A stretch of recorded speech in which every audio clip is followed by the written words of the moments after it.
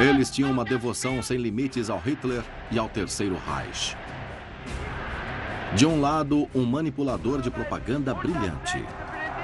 Essas eram mensagens que eram repetidas o tempo inteiro, submetendo toda uma nação à lavagem cerebral. De outro, um líder megalomaníaco de uma força policial brutal e soldados de elite. A escala da ambição dele, a extensão do seu alcance, a vastidão de seus crimes não tinham precedentes na história. Esta é a história de Himmler e Goebbels. Os homens que abriram caminho para as tentativas fanáticas de Hitler de dominação mundial.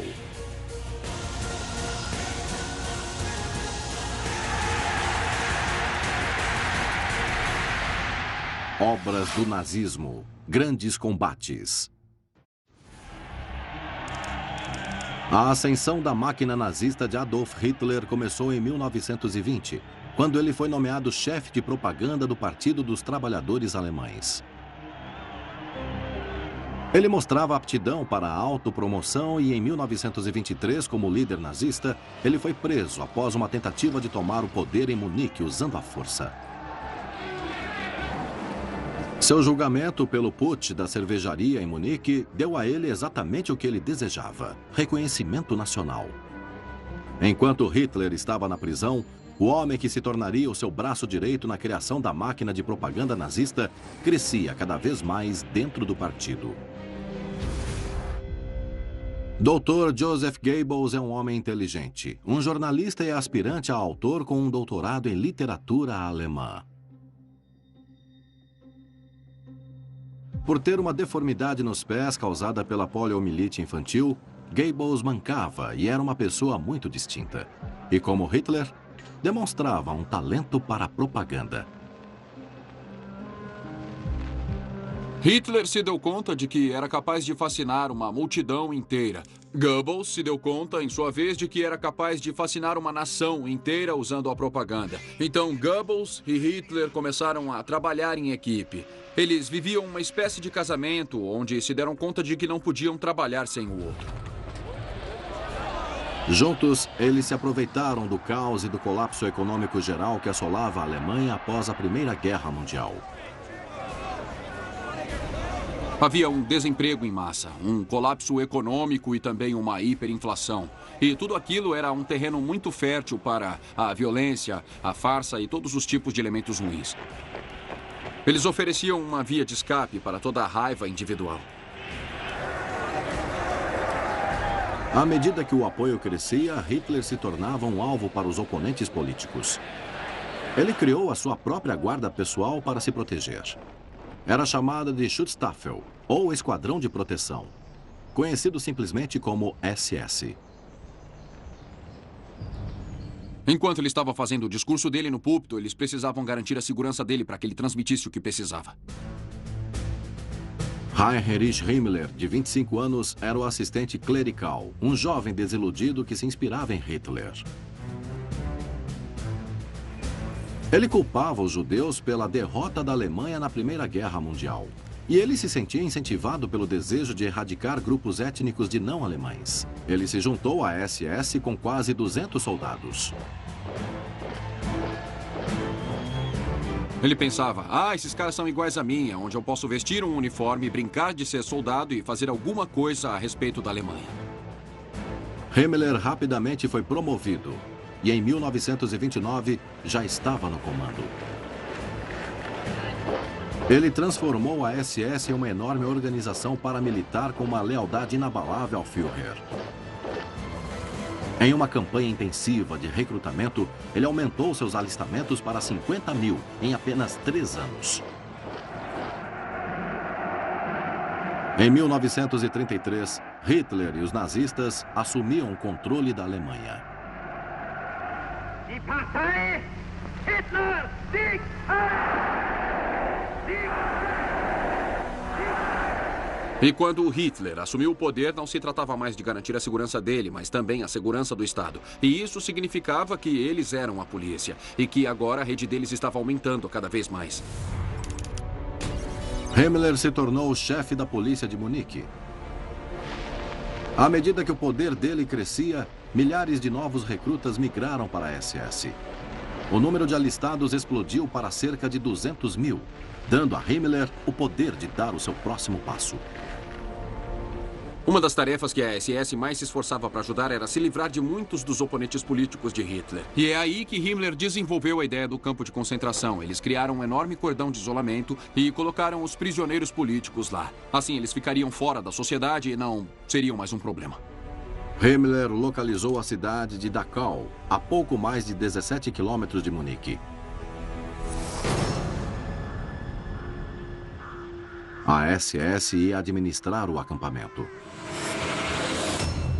O professor Stephen Ramey é especialista na história da SS. Estou na parte mais antiga do local. Era uma fábrica de munição abandonada. E em março de 1933, Himmler decidiu transformar o local em um campo de concentração. Era então o primeiro campo de concentração da Alemanha. Estes edifícios básicos foram inicialmente habitados por 200 pessoas, todas presas políticas.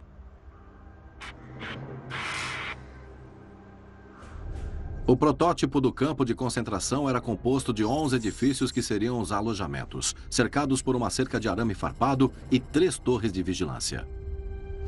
Dachau ia se tornar um complexo para treinar a SS. Não seriam usados apenas guardas desse ou de outros campos, mas também a infraestrutura de terror que seria governada pela SS. Agora Himmler podia acelerar o seu grande plano de transformar a SS em uma organização que controlava todas as partes da vida dos alemães.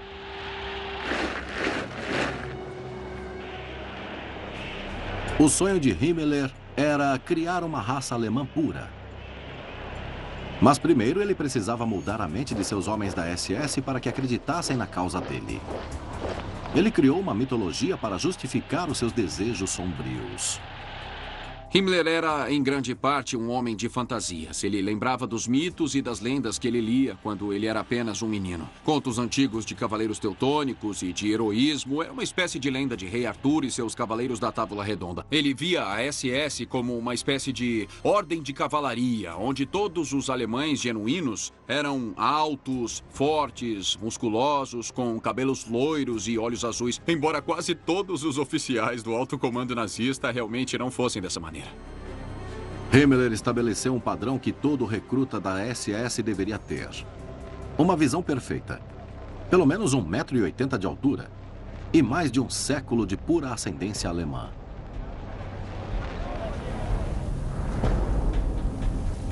Em 1934, ele adquiriu uma catedral para os seus cavaleiros da SS adorarem.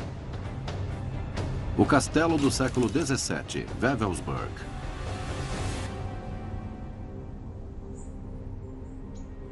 Oitenta anos depois, o ex-oficial do exército britânico, Patrick Bury, está explorando o que resta do sonho de Himmler. Estamos do lado de fora de uma torre de vigilância em Wewelsburg. Aqui nós podemos ver o esboço de um dos emblemas mais notórios do mundo. Junto com a suástica, as runas da SS eram sinônimos do mal no mundo inteiro. Os homens daqui eram guardas, os guardas típicos da SS. E uma das coisas mais interessantes é isso aqui. Porque isso é um posto para guardas ou ponto de observação. A ideia é que o soldado que estivesse aqui dentro pudesse levantar o rifle até o ombro e disparar se fosse necessário. Dá para ver que o soldado aqui dentro tinha que ser mais alto do que eu. Mas a ironia de tudo isso é que tinha um soldado alto da SS, talvez loiro, saudando Himmler enquanto ele entrava no castelo. Mas o próprio Himmler usava óculos e era mais baixo do que o padrão de 1,80 m fundamental para a seleção da SS. A visão de Himmler para Wewelsburg era torná-lo a sede espiritual máxima do poder nazista. Ele dava início em um enorme projeto de reformas. Himmler escolheu o castelo de Wewelsburg porque ele ficava perto do local da Batalha da Floresta de Teutoberg. Nessa batalha, as tribos germânicas derrotaram os romanos e o período foi conhecido como a Era de Ouro na Alemanha. Mas esse local também era um cemitério e local de adoração.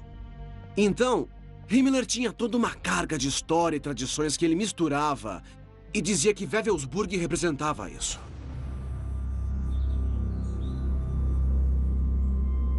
Himmler queria deixar o castelo o mais grandioso possível. E esse fosso aqui onde nós estamos, ele aprofundou e ampliou ele. E essa parede e essa ponte são novas, entendeu? Ele ampliou e aumentou essa ponte aqui. E novamente ele foca na grandiosidade. Aqui em cima, podemos ver uma gárgula onde foi inscrito o ano de 1934, que indica quando esta ponte foi restaurada.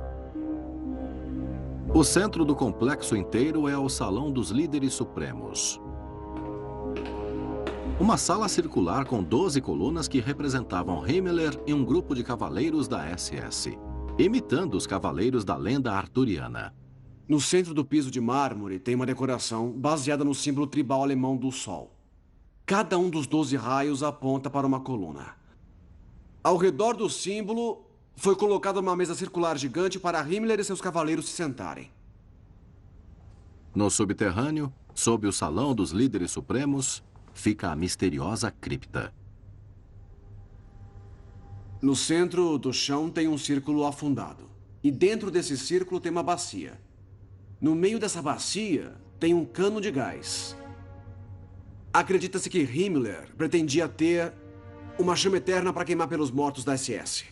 Dá para ver aqui no teto uma suástica na cúpula. E também tem eixos para permitir que a luz chegue bem no centro do círculo, iluminando o lugar. Himmler estava tentando criar aqui um sistema de crenças e uma tradição ritual para a organização dele, e isso baseado no passado deles e, essencialmente, no destino deles. Himmler estava transformando o castelo no coração espiritual do seu culto à SS. Esse trabalho na pedra pode parecer que está aqui há anos. Mas, na verdade, é só um revestimento de concreto. É um pouco parecido com as visões, os mitos e as tradições de Himmler. É algo inventado, falso. É só uma fachada. Em 1936, Himmler passa a controlar todas as forças policiais alemãs. A organização da SS tinha duas facções principais. A Allgemeine SS, que controlava a polícia e a segurança interna, e a Totenkopfbande, que administrava os campos de concentração. Himmler reescreveu a lei do Estado, dando poder à SS para prender quem ela quisesse e quando quisesse. Ele criou um clima de medo onde a menor oposição aos nazistas levaria à prisão. Um grande número de pessoas foi reunido, e isso significava um novo problema. Em 1937, existiam 3 principais campos de concentração na Alemanha: Sachsenhausen, Buchenwald e Dachau. Mas eles não eram grandes o suficiente para o grande influxo de prisioneiros. Dachau foi originalmente projetado para 5.000 prisioneiros. O objetivo de Himmler era que abrigasse 10 vezes mais. Eu estou no Joe House, o prédio principal da administração do campo de prisioneiros. Quando os prisioneiros chegavam em Dachau, eles passavam por baixo desse arco e atravessavam aquele portão. Eles viam isso aqui, Arbeit macht frei, que significava o trabalho vai libertá-lo. Era uma das mentiras mais perversas que a SS contava aos prisioneiros. Este portão era igual ao resto do complexo. Tinha sido construído por prisioneiros.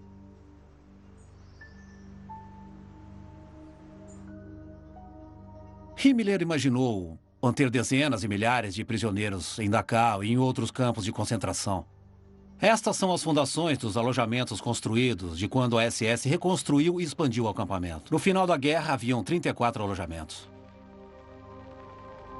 A escala deste projeto de construção em Dachau e em outros campos reflete a magnitude da ambição da SS na construção de uma infraestrutura de terror na Alemanha e na Europa. Enquanto Himmler destruía toda a oposição política, Goebbels agia como mentor das aparições públicas de Hitler. Muitas aconteceram no vasto terreno construído pelos objetivos do nazismo em Nuremberg.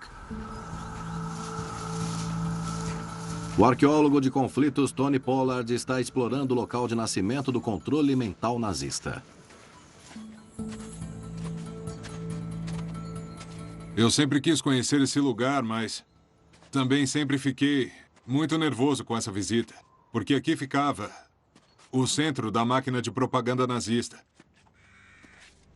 E eu estou prestes a ver tudo isso pela primeira vez. Oh, meu Deus. Kann es nicht anders sein und es wird auch nicht anders sein.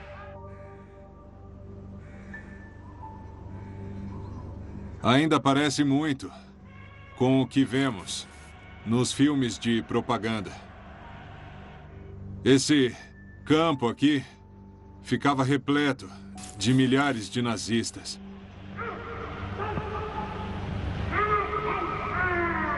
Era bem aqui que tudo acontecia. Foi nesse lugar que o Hitler moldou, de fato, o Império Nazista. E ele ficava bem ali.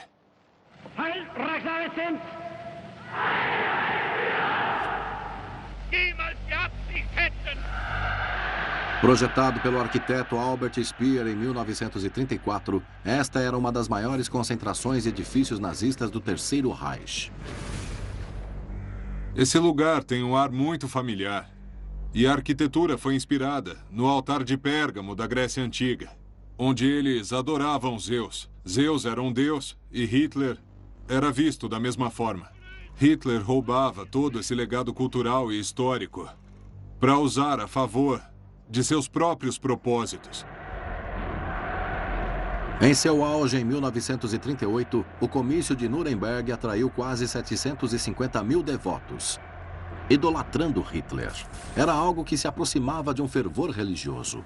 A maior parte da atividade nos comícios de Nuremberg aconteceu do lado de fora, mas há espaços interiores também. Eu fui informado que por trás dessas enormes portas de metal tem algo espetacular.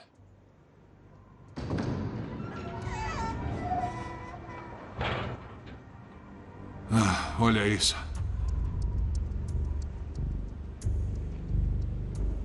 É como se você estivesse entrando em um templo grego. As paredes são de mármore e o teto é muito alto. Ele tem uma decoração em mosaico com ouro. Mas não é um mosaico qualquer. São suásticas interligadas de uma ponta à outra desse grande salão. O que nós vemos aqui é a filosofia nazista sendo transformada em uma pseudo-religião. E esse era o espaço sagrado deles. Olha isso. É um caldeirão enorme. Eu acho que o termo técnico é crater. Isso ficava do lado de fora. Eles tinham duas dessas. Você pode imaginar o espetáculo que era quando eles acendiam o fogo nos dias especiais para os nazistas. Era uma maneira de honrar os mortos que deram as suas vidas para a Alemanha e para a causa nazista. Esse local é único. Provavelmente é o único espaço interno intacto projetado pelo arquiteto Albert Speer. O resto foi destruído na guerra e mais tarde modificado ou até demolido. Mas esse lugar fica trancado. É como uma tumba. Mas, independentemente de quantos discursos Hitler fizesse, eles só podiam ser ouvidos pelo público cativo. As apresentações extraordinárias dele precisavam ser transmitidas para toda a nação. E o Dr. Joseph Goebbels sabia exatamente como fazer.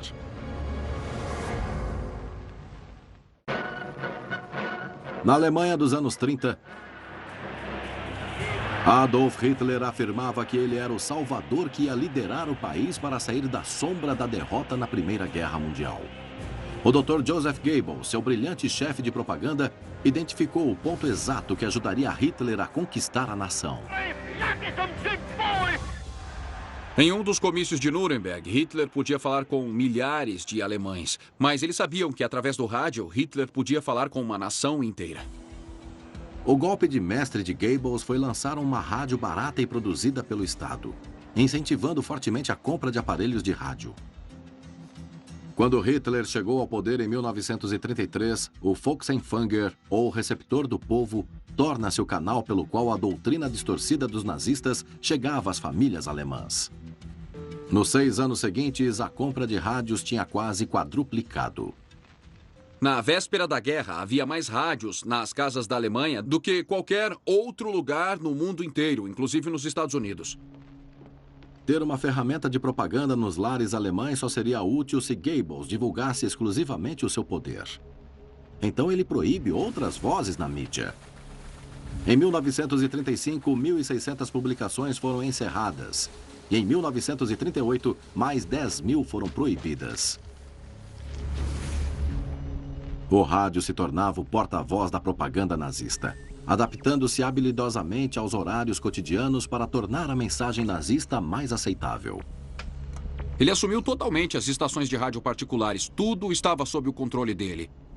Mas Goebbels sabia que não podia transmitir só os discursos de Hitler 24 horas por dia. Eles sabiam que precisavam de outras coisas. E parte desse efeito era intercalar a mensagem que ele estava tentando transmitir com materiais diferentes, como música, comédia e também outras coisas. Isso era o que tornava tudo tão eficaz. Essa era a mistura crucial.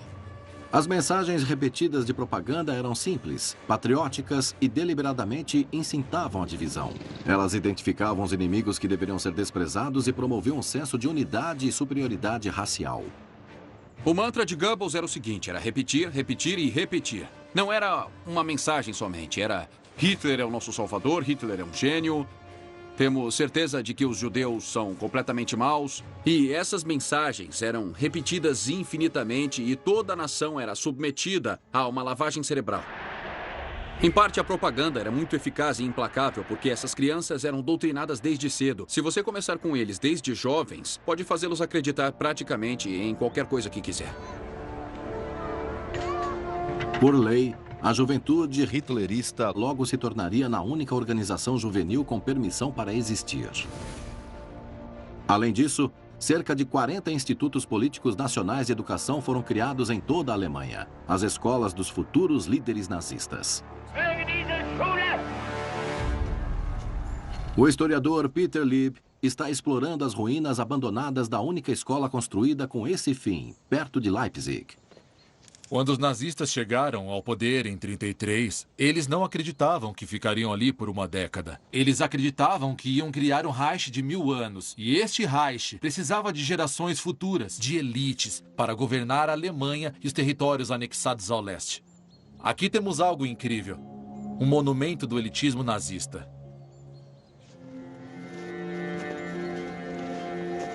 Assim como a maioria dos institutos da elite nazista, aqui funcionava um internato para meninos de 10 a 18 anos. Uau, olha isso. Imaginem meninos de 10 anos andando por esses corredores. Mas 3 escolas eram designadas apenas para meninas. Enquanto os meninos eram treinados para a guerra, as meninas aprendiam a apoiar os seus homens, administrar a casa e, se possível, ter filhos loiros de olhos azuis para garantir o futuro do Império Nazista que teria 1000 anos.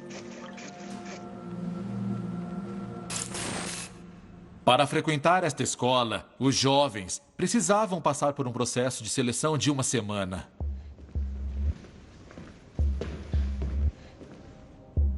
Você precisava ser ariano, branco como a neve e o mais habilidoso entre os mais aptos. Usar óculos acabaria com as suas chances de frequentar esse lugar.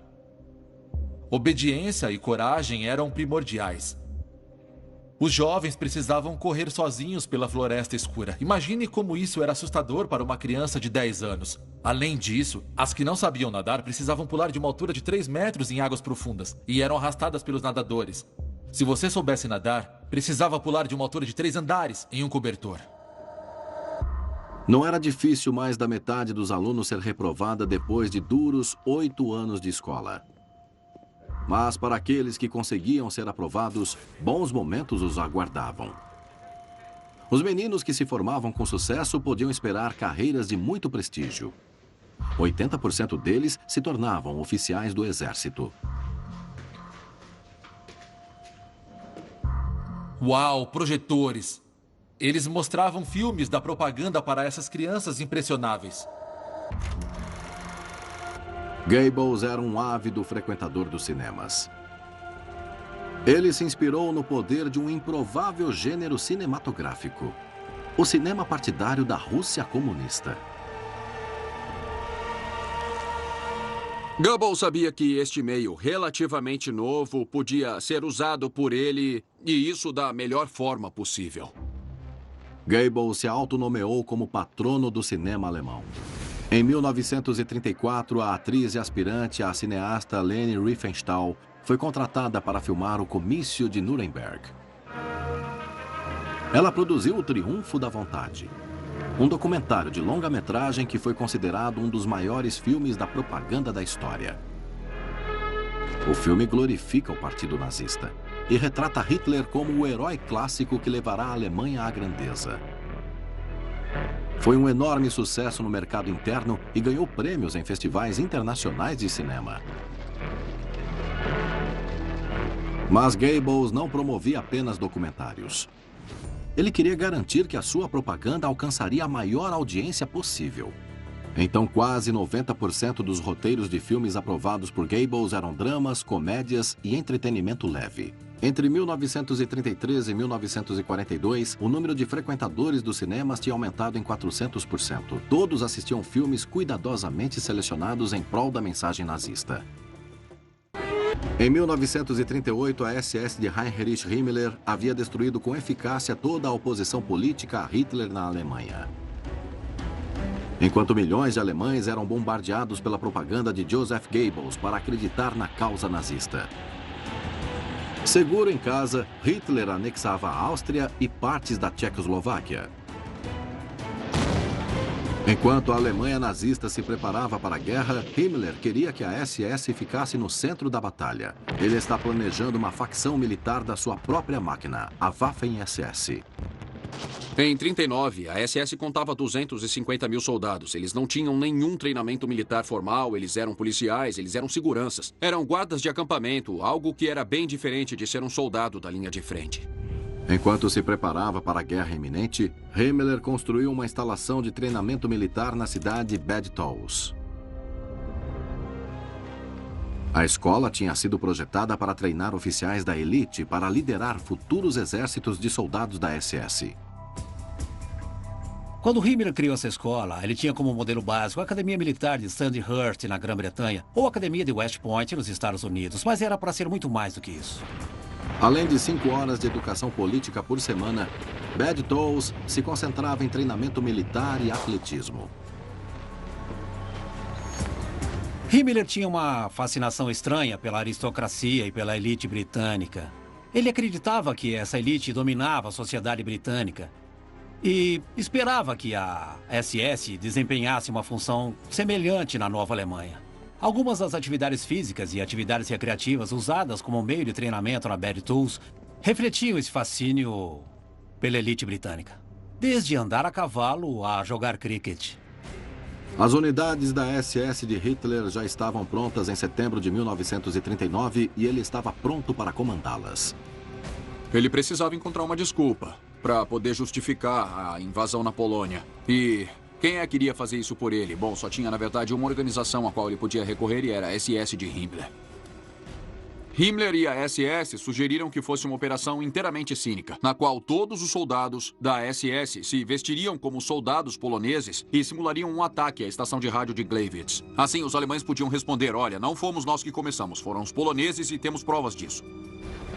O mais incrível era que, apenas alguns minutos depois desse ataque falso, a SS conseguiu criar a desculpa perfeita para Hitler. Porque no dia seguinte ele se pronunciou no rádio. E ele disse: olha o que os poloneses fizeram. Não é horrível? Eu preciso defender o meu povo. Com isso, Gleiwitz mostra que a SS não era somente mais uma arma política, mas era uma arma marcial real. E que podia ser usada em uma guerra no futuro. Graças à SS, Hitler invadiu a Polônia. A Segunda Guerra Mundial tinha começado e a SS estava prestes a exportar seu reino de terror pela Europa toda.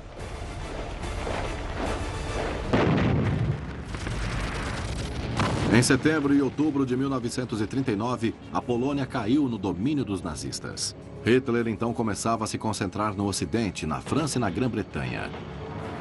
Uma unidade de combate Waffen-SS recém-formada liderava o ataque. E eles estavam muito bem equipados e extremamente animados com isso. Eles sabiam que eles eram uma elite absoluta. Eram eles que iriam para as batalhas em nome de Hitler, dos ideais nazistas e por sua pátria. Todos eles vinham dos campos de concentração, onde a violência era parte integrante da vida cotidiana. E dessa forma já existia uma espécie de brutalização e desumanização que estava bem no centro dessa unidade, que eles levavam para o fronte de batalha. Em 1941, Hitler focou na Rússia. O plano dele era conquistar vastas áreas de terra para o povo alemão. O trabalho de Himmler seria retirar os milhões de eslavos, ciganos e judeus que viviam lá. Quando a invasão da Rússia se aproximou, ele convocou uma reunião importante no castelo de Wewelsburg. Himmler se reuniu aqui com seus líderes e informou a todos sobre o extermínio iminente da raça oriental. Esse é um tipo de terminologia que é totalmente sinistra. E, claro, obviamente, aquilo iria desencadear muito terror e violência na União Soviética. Eles iriam literalmente arrebanhar os prisioneiros, as pessoas indesejadas. Eles iriam basicamente executá-los. A SS finalmente decidiu que enviaria milhões para os campos de concentração. Toda a rede ferroviária europeia passaria a fazer parte da máquina da SS e transportaria milhões pelo continente todo. Naquele momento, a SS estava pronta para lançar a maior e mais pavorosa operação que Himmler já havia tentado.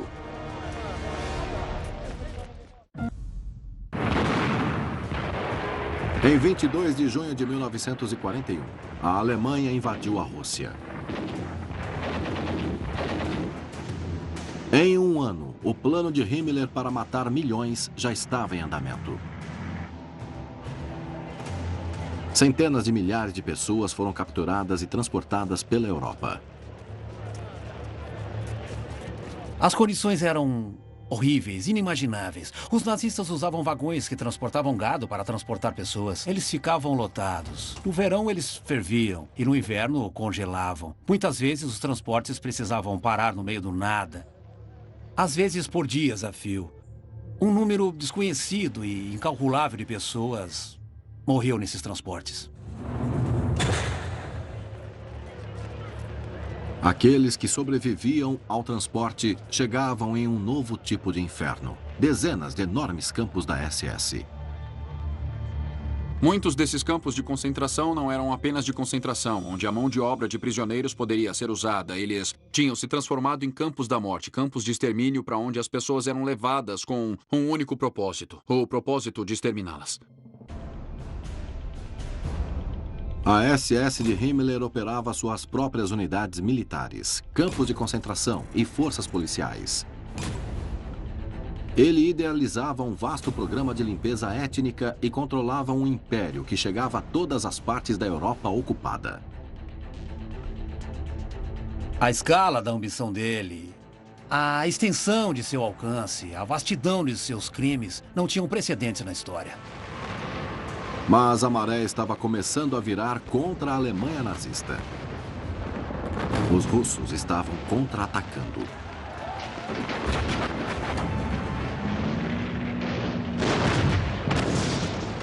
A Alemanha lutava em 3 frentes, contra a Grã-Bretanha, os Estados Unidos e a União Soviética, correndo o risco de perder a guerra. Mas em um golpe de mestre da propaganda, pela primeira vez, Joseph Goebbels reconhecia a situação do país. Ele pintou a derrota nas mãos dos bolcheviques soviéticos como um destino pior do que a morte e fazia um último apelo ao povo para que não houvesse nunca uma rendição. Ficou conhecido como o discurso da guerra total. O discurso de Goebbels no Sport Palace, em Berlim, em fevereiro de 1943, foi extremamente importante porque foi um divisor de águas. Era a primeira vez que ele dizia ao povo alemão que eles podiam talvez não vencer, mas que a única maneira de evitar essa crise terrível seria se cada pessoa na Alemanha se empenhasse no esforço pela guerra que estava acontecendo. E eu pergunto, vocês estão mesmo decididos a seguir o Führer até a vitória? Vocês estão dispostos a aceitar os fardos, independente do quão pesados eles forem?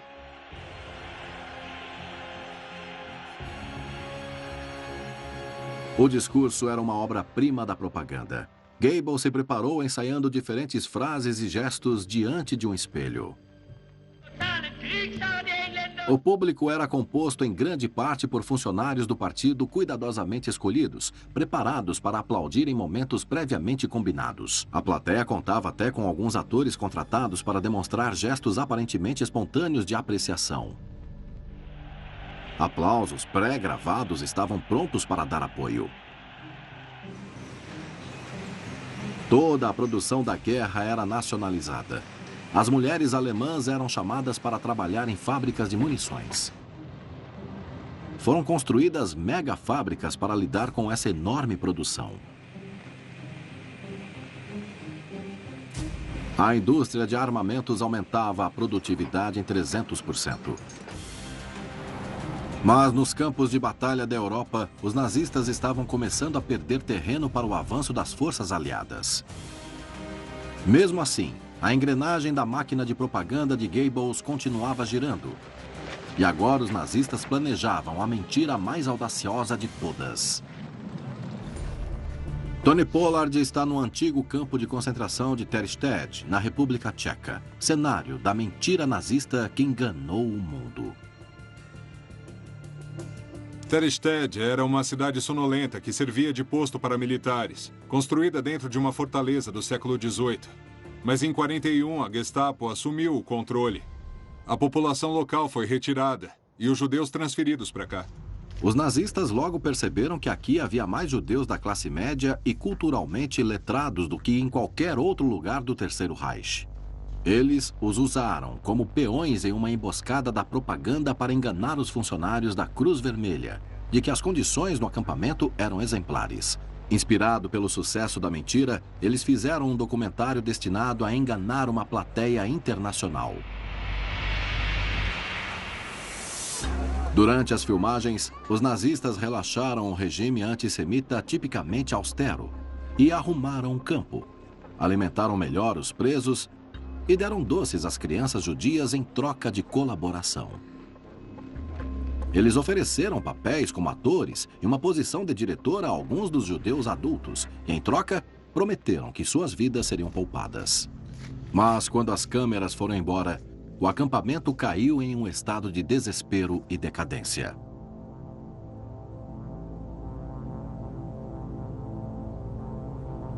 A sala da caldeira. E essa câmara aqui tem ganchos por dentro. Roupas eram colocadas aqui e fervidas em altas temperaturas. O objetivo era desinfetar, porque a infestação é um problema real quando você tem muitas pessoas vivendo juntas em condições tão anti-higiênicas. A maioria das 35 mil mortes em Terstedt foi causada por doenças por falta de saneamento, como tifo e disenteria. Outros 88 mil presos foram deportados para campos de concentração como Auschwitz para serem executados, incluindo os atores e o diretor do filme de propaganda, apesar das promessas dos nazistas.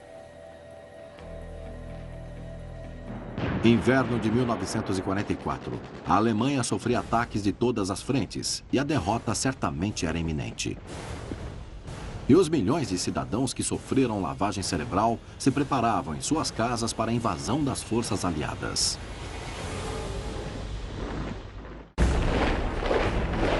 Hitler e o chefe da propaganda, Joseph Goebbels, convenceram soldados e civis alemães de que não havia outra opção a não ser lutar. Enquanto o Exército Vermelho se aproximava da fronteira oriental da Alemanha, Goebbels relatava atrocidades da União Soviética contra os civis alemães, para dar uma série de gritos finais de guerra à nação, motivando todos com ódio e medo do avanço das tropas soviéticas. Nossos soldados entrarão em batalha devotos, com uma devoção igual à de uma congregação indo a um culto religioso.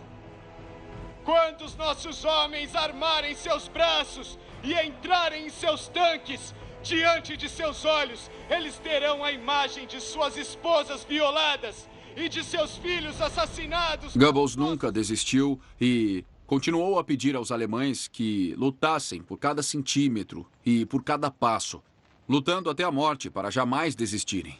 A alternativa de ser invadido pelas hordas eslavas da Rússia era simplesmente assustadora demais para suportar. E então o que ele usou foi a ameaça do terror para reanimar e incentivar o povo. A influência da propaganda de Goebbels não enfraqueceu, mesmo com o Exército Vermelho se aproximando de Berlim.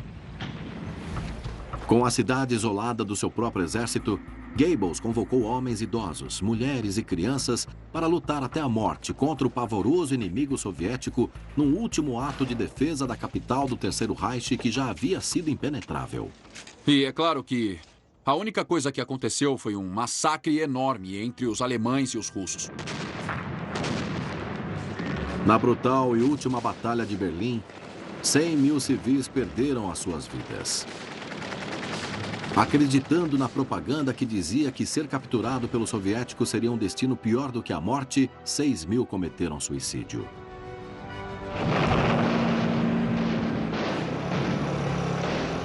Enquanto os alemães recuavam, eles tentavam com muito cuidado esconder os seus crimes, o máximo que eles pudessem. Porque eles não queriam que o resto do mundo descobrisse a verdade por trás da brutalidade e do horror do genocídio que eles tinham cometido.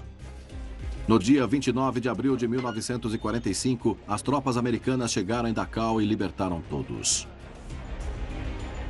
Só o campo de Dachau foi responsável pela morte de mais de 32 mil pessoas, mas em outros campos de concentração e de extermínio, calculamos milhões de pessoas que foram mortas ao serem levadas para esses lugares totalmente pavorosos e depois trabalharem sistematicamente até a morte ou serem brutalmente executadas. A grande ambição de Himmler havia sido exposta. Mais de 11 milhões de pessoas perderam a vida nas mãos da SS. No dia 30 de abril, Adolf Hitler cometeu suicídio. No dia seguinte, o ministro da propaganda Joseph Goebbels tomou uma dose mortal de morfina e cianeto, junto com sua esposa e seus 6 filhos. Estava tudo acabado. A Alemanha estava em ruínas. Mas Himmler não tinha a menor intenção de jogar a toalha. Ele estava fugindo e percebeu que a vida dele na Alemanha nazista tinha chegado ao fim, mas mesmo assim ele queria se esconder. Ele era agora um dos homens mais procurados do mundo e os aliados queriam determinadamente capturá-lo agora mais do que nunca. No dia 23 de maio de 1945, ele foi capturado pelos ingleses. Durante um exame médico, ele mordeu uma cápsula de cianureto e cometeu suicídio.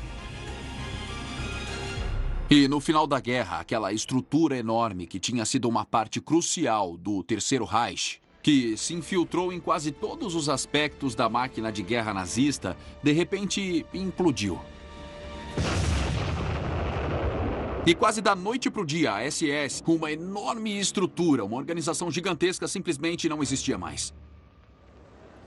Milhares de soldados da SS foram julgados em toda a Europa. Em Dachau, um tribunal militar especial dos Estados Unidos condenou sozinho 420 soldados à morte. Está sentenciado à morte na forca. A SS é declarada uma organização criminosa. O terrível legado da SS de Himmler se torna um monumento aos horrores do nazismo.